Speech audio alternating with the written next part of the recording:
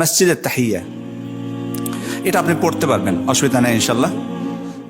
কারণ আল্লাহ রাসূল সাল্লাল্লাহু আলাইহি ওয়াসাল্লামের হাদিসটা আম হাদিস, সেক্ষেত্রে যে ইযা দাখালা আহাদুকুমুল মসজিদ ফালা ইয়াজলিস হাত্তা ইয়ারকা রাকাতাইন আও ফালইয়ারকা রাকাতাইন ক্বাবলা আন ইয়াজলিস, সে যেন 2 রাকাত সালাত না পড়ে না বসে।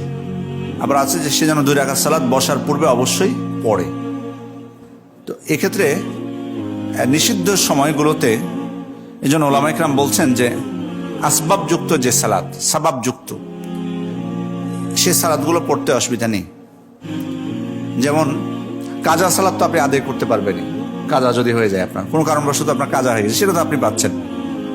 বাকি সাবাবযুক্ত মানে কারণযুক্ত সালাত, মানে ওই কারণটা হলে এ সালাতটা পড়তে হয়, সে সালাত আপনি পড়তে অসুবিধা নেই। তবে সাধারণ নফল পড়বেন না, এটাই উদ্দেশ্য। নিষিদ্ধ সময় বলতে এখানে উদ্দেশ্য হলো সাধারণ নফল সালাত।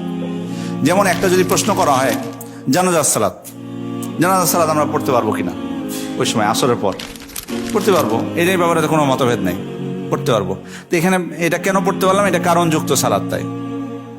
তারপরে আসরের পর যদি আপনার সূর্যগ্রহণ হয়, আসরের পর ধরুন সূর্যগ্রহণ হলো, আমরা ওই সময় কি সূর্যগ্রহণের সালাত পড়তে পারবো? কারণ সূর্যগ্রহণ হয়েছে তাই এই সালাত পড়ছি, তো ওটা তো নিষিদ্ধ সময়। তো তেমনইভাবে মসজিদে আপনি প্রবেশ করছেন তাই আপনি ওই সালাতটা আপনাকে পড়তে হচ্ছে। এই জন্য কারণযুক্ত সালাতগুলো, যেমন জানাজার সালাত আমি পড়তে পারছি, সূর্যগ্রহণে পড়ছি, তেমনভাবে কারণযুক্ত সালাতটা আপনি পড়তে পারবেন। সাধারণ নফলটা পড়া যাবে না।